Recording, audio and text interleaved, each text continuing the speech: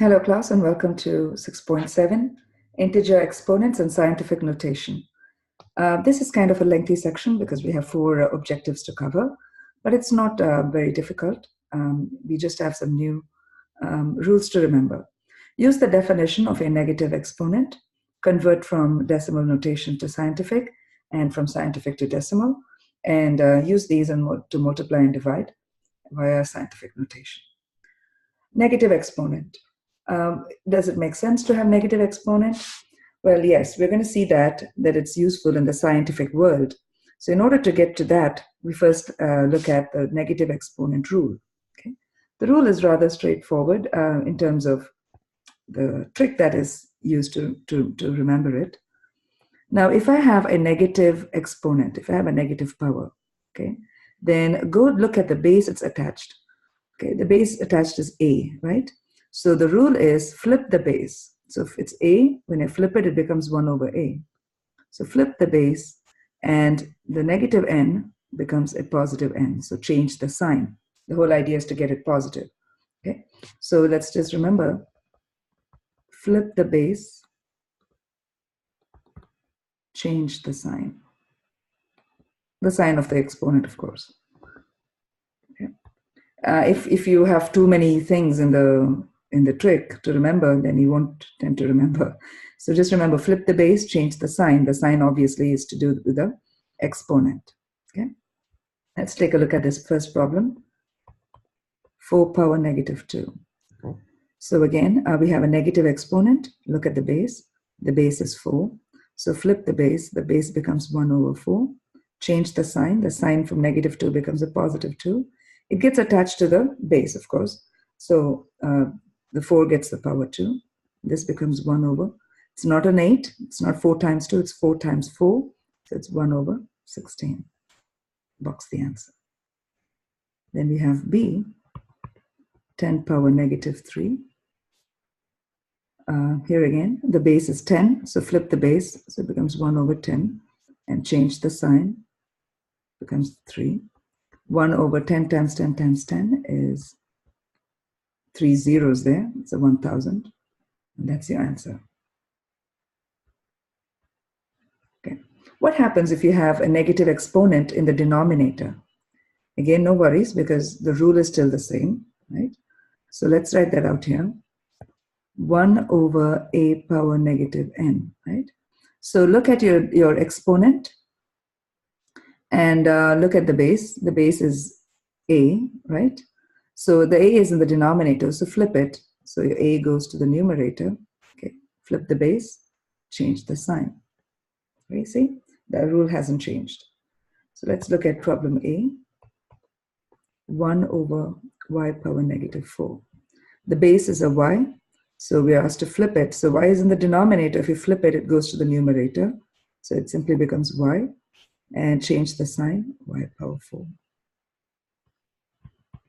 1 over 3 power negative 2. Here again, the base is 3.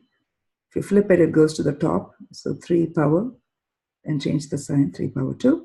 This being a small number, 3 power 2, can be simplified. And you can evaluate it as 3 times 3, which is 9. Okay, what happens if you have a quotient with a negative exponent? Again, the rule doesn't change. That's why it's a rule. Okay, look at your base. Your base is the entire thing. A over B is your base. A over B has to be flipped. So if A over B must be flipped, it becomes B over A. So it's B over A. The whole thing is your base. So the whole thing should be in parentheses with a positive power n. Flip the base, change the sign. All right, we have 5 over 7, the whole power negative 2. Again, pay attention to the fact that we're doing this only with negative exponents, because sometimes we get carried away and we do it everywhere. No, it's only for negative exponents. So negative 2 has to be changed because we like to always present our answers as positive exponents so that lay people can understand, right? Only math people can understand the negative sign in an exponent. All right, so the base is 5 over 7, so flip the base, it becomes 7 over 5. The whole thing is the base, so put it in parentheses and change the sign to a 2. Again, this can be simplified. You know the rule was 7 squared over 5 squared, which is quotient to a power rule. So that becomes 49 over 25. Box your answer. Let's look at B.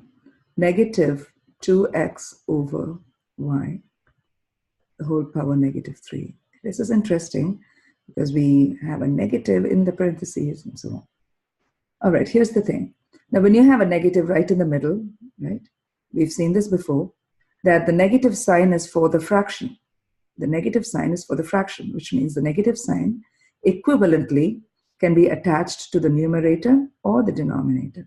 So I would like to rewrite this with a minus sign in the numerator so that we don't have any confusion regarding the sign. So you can either attach it to the numerator or to the denominator. Don't send it to both the numerator and denominator. If both had the negative sign, it becomes a positive, which means you have changed the problem completely, right? Let me repeat. If you have a minus sign in the middle in front of a fraction, it can be equivalently assigned either to the numerator or the denominator. Okay, now let's flip the base, because the base is negative 2x over y, becomes y over negative 2x. Remember again, flipping means simply interchanging their positions. You will not mess the sign. So the sign is still attached to the negative 2x. It's just moved from the top to the bottom. And change, and then change the sign. So it's positive 3. Now this becomes y cubed. Okay. And you have two factors here in the denominator. So that's negative 2 that gets a cubed, and the x that gets a cubed. Each one gets the power 3, right? Again, this is quotient to a power rule. And within that, when I gave the negative 2 a cube and an x a cubed, that was the product to a power rule. Okay, you have two rules coming in here. All right, so that becomes y cubed over negative 2, the whole cubed is negative 2 times negative 2 times negative 2, which is negative 8. Negative 8x cubed. Okay. You can leave your answer like this, okay? Oops. Or you could just put the minus in between them. Remember, that's equivalent to having the minus in the denominator. And you could box the answer. Okay. So again, remember that it was the rule was the same. It was the simple flip the base, change the sign technique. However, within it, once you've done that, once you got the positive power, you still had to use the other properties related to exponents in order to simplify it completely. Scientific notation. What does that mean? Well, this is where we're going to use negative exponents if needed. Okay? So a scientific notation is where we write any given number as a times 10 power n, where a is a number between 1 and 10. 1 included, 10 is not included. So anything less than 10. Again, don't think anything less than 10 should be a 9. Okay, a number less than 10, immediately less than 10, nobody knows because it could be 9.99999 and so on. So we have to really understand this from the number line point of view. It's any number from 1 to 10, 1 included, but 10 not included. Okay. So just to give us a visual perspective, let's have a number line. Okay. And here we have 1, we have 10. So it's as if we're saying we want to include, not as if, we do mean that. Okay. Instead of, yes, I'm going to use the bracket because we're including 1. This is coming from way back in our interval notation lesson. And that's open parentheses to indicate that 10 is not included. And perhaps we could give a shaded region right there. Okay. So that is what you're looking at. Okay, you're looking at 1 to 10. Actually, the shaded region went a little beyond 10. Pardon me. So you have 1 to 10, and any number that we have will be placed between 1 and 10, and that will be adjusted by the 10 power n, depending on what that number was. Okay. Now, this is important, especially when we're dealing with very, very large numbers or very, very small numbers. Remember, this is the scientific notation. Therefore, in the scientific world, we deal with very large numbers, like distance between, cosmic bodies could be light years and could have very high powers of 10. If you're talking about very small microscopic organisms, then you have your decimal numbers to be, your numbers to be very, very small decimal numbers. It's very minuscule. That is very hard to write so many zeros following the decimal point that we like to use the scientific notation. Okay? For the purpose of this course, because this is non-STEM, we're going to deal with smaller numbers because usually you will use this, even though it's called scientific notation. People use it in economics and other businesses too, just so that large numbers like billions and trillions of dollars can all be indicated by using the scientific notation as opposed to writing a number with a string of zeros. Okay, right, in scientific notation. All right, now I have 37,000, a very large number, because I call it large because we want to shrink this number to a number between 1 and 10. Right? So if I want to do that, if I want to rewrite this number as a number between 1 and 10, what would that number be? For that, let's understand where the decimal point is. Now, 37,000 does not have a decimal point, but we know that if a decimal point is not explicitly written, it's always resting on the rightmost end of that number, any number. Okay. So now, where should I plant or where should I move this decimal point in this 37,000 so that I get a number between 1 and 10? So if you see, if I move this decimal point all the way between 3 and 7, I get 3.7, thus giving me a number between 1 and 10. Right? You can test it yourself. If you place this decimal point before the 3, you get 0.37, which is not between 1 and 10. If you place the decimal point after the 7, you get a 37, which is not between 1 and 10. And so that is how I know that it has to go between 3 and the 7. Okay, so now I have 3.7. Okay, that is my new number. But that is not the same as 37,000, right? 37,000 is way different. But I have placed the decimal point between 3 and 7 by changing this large number into a small number. I have to adjust to the decimal movement by bringing in the times 10 power n part of the notation. So what should my number be for n so that I adjust it correctly to the 37,000? So we try to see how many decimal places we moved. Okay, just for our understanding, I'm going to give, let's say, a check mark. I don't want to put 1, 2, 3, 4. I'm going to put a check mark to see how many spots we moved. Okay, how many? We have 4 check marks, so we moved 4 spots to get to the point between 3 and 7. So that is my notation. 3.7 times, again, you should only put the X symbol, not the dot for the times, because we already have the decimal. This is the notation, so we have to stick to it. So 3.7 times 10 power 4 is the same as 37,000, right? If you multiply 3.7 by 10,000, that's your 10 power 4, you're going to get 37,000. So this is the scientific notation for the given problem. So this is 3.7 times 10 power 4. All right, let's do another one. In this case, we have a small number. So this is a small number, 0.0052, that I want to enlarge into a number between 1 and 10. And in order to do that, I need to see where I should move the decimal point. So let's write out this problem.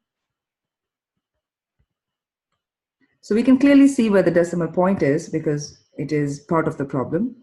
The decimal point is right here, and I have to move it to a position where I'll get a number between 1 and 10 out of this.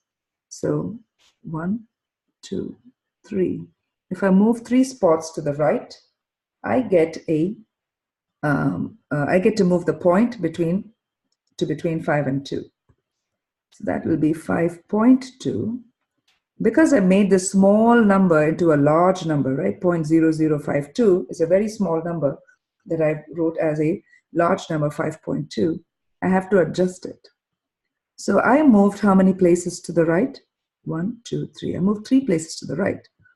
So if I put a 3, that will make this number really large.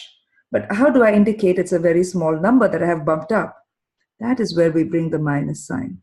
So -3 helps you to understand that the decimal point moves actually to the left, and that was moved to the right to make it a large number.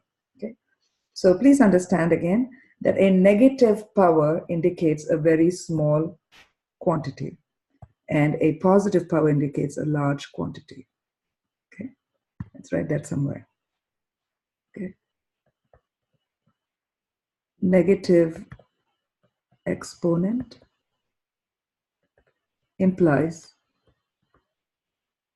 small number definitely below 0. Okay. And positive exponent implies a large number. Okay, large number usually above 1. Okay, so you have, so when you look at the scientific notation, just by looking at the sign of the exponent in your 10, we can understand if it is a small number or a large number, and that is very helpful. So how do we convert to decimal form?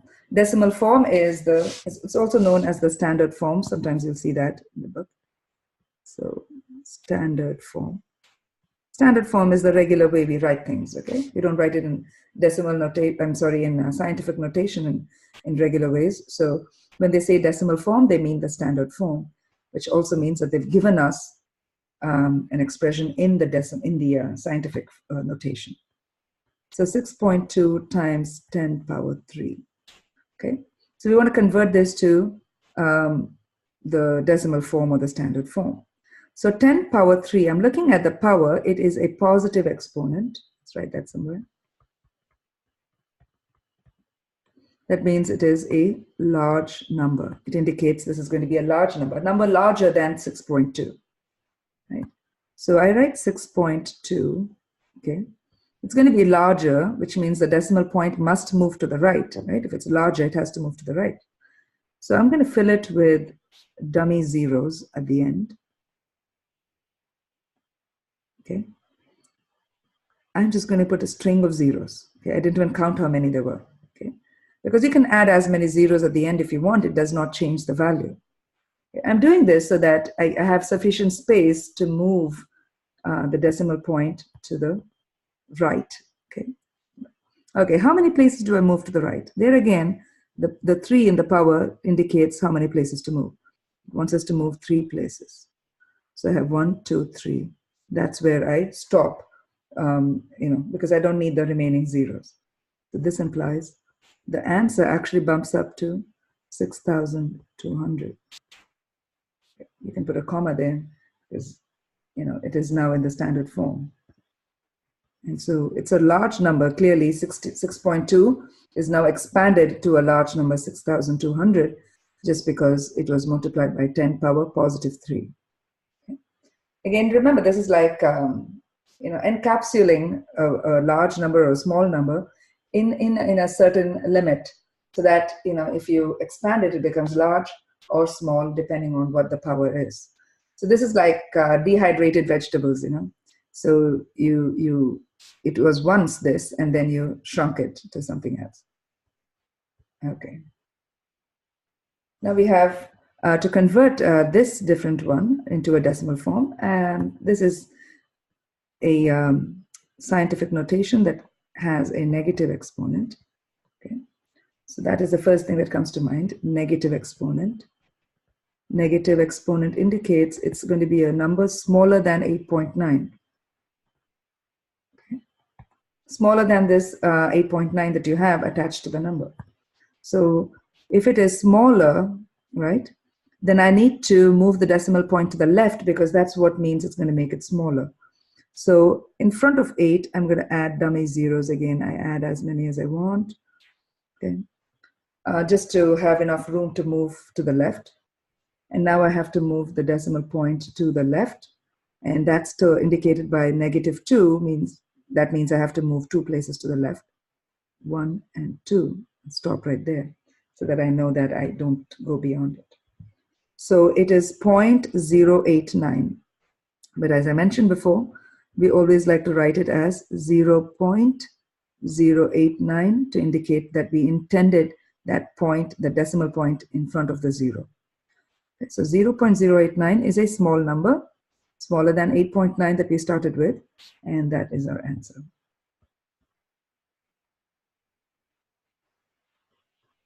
Next, we look at a problem where we multiply two scientific notation forms. They want us to give the answer in the decimal form. 10 power 5 times 2 times 10 power -7. Okay, as we know, commutative property allows us to multiply the numbers, meaning group them, keep them close to each other. And the like bases. The like base here is that they both have the base 10, right? So I combine the numbers, and these two, they're all being multiplied, so we're just moving them around. 4 times 2 is 8 times 10 power 5 times 10 power -7. If you recall, they have the same base, different powers, and they're being multiplied. We add the powers. Multiply means to add. Okay, so, well, let me show you in one more step. I just did this. But to add means 5 plus the -7, right? That's why I actually did 5 minus 7, because, it combines that way. Anyways, 5 plus a -7 is a -2. So let's do 8 times -2. But they didn't want us to leave the answer in the scientific form, right? So we have to convert this to decimal form. So it's a -2, meaning it's going to be a small number. So let me write that here. Negative small number. Therefore, we have to put a, okay, by the way, now the decimal, you don't see the decimal, it is always on the right side, but you're moving to the left because you want a smaller number. So I put zeros in front of 8. Okay. Now I understand that my decimal point is on the rightmost end if I don't see it, so I explicitly mark it, and then I move 2 places to the left and stop right there. This implies the answer is 0.08. That's where I stop. That is the response to this expression. The next problem is asking us to divide. Let's write that out. 9 times 10 power 3 over 3 times 10 power -2. Here again, because they're being multiplied, but in a division setup, we could actually separate them like this, right? The numbers, and there's just another way. You could keep it the way it is and simply cross-cancel it, totally fine. 3 times 1 is 3, 3 times 3 is 9. The numbers simplified right away, okay? 3 times. Now the 10s are like bases, but they have powers that are different, and they're being divided. So you really have to remember to use the quotient property, which requires you to subtract the numbers. The number on the top is bigger, so we want to do top minus the bottom. So top minus, the bottom also has a minus. Okay, so please put that in parentheses, because you can't have two signs right next to each other, right? Just like that. So we have a parentheses to kind of bring that in. And then you have the negative and the negative. So 3 times 10 power 3, negative times negative is positive, 3 plus 2. You get a 10 power 5, 3 times 10 power 5, right? We handle the numbers, we handle the powers, but this is still in the scientific notation, and we have to change it to decimal form, because that's what the question says. Write the answers in decimal form or standard form. So I have to examine this. The 5, the power is positive. So this is going to be a large number. If it is a large number, it's going to be a number larger than 3. If it's larger than 3, I have to move my decimal point to the right. So let me fill it with dummy zeros. Now the 3 did not have a decimal point. That means the decimal point is always to the right of that number. But this time I have to also move right. So from this point, I move 5 places to the right. 1, 2, 3, 4, 5. Stop right there. This implies your answer is 3 followed by 5 zeros. 1, 2, 3, 4, 5. You need to put the comma correctly, separated by every 3 digits. So it's 300,000 that comes out as the answer to this problem. Okay, so that's the end of it. It wasn't too bad. It's just remembering how to handle the signs and converting between scientific form and the standard form or the decimal form. But what you notice in all these sections is they all follow the properties of exponents. And that's the thing we really need to understand and remember in each of these different types. I will see you in the next video.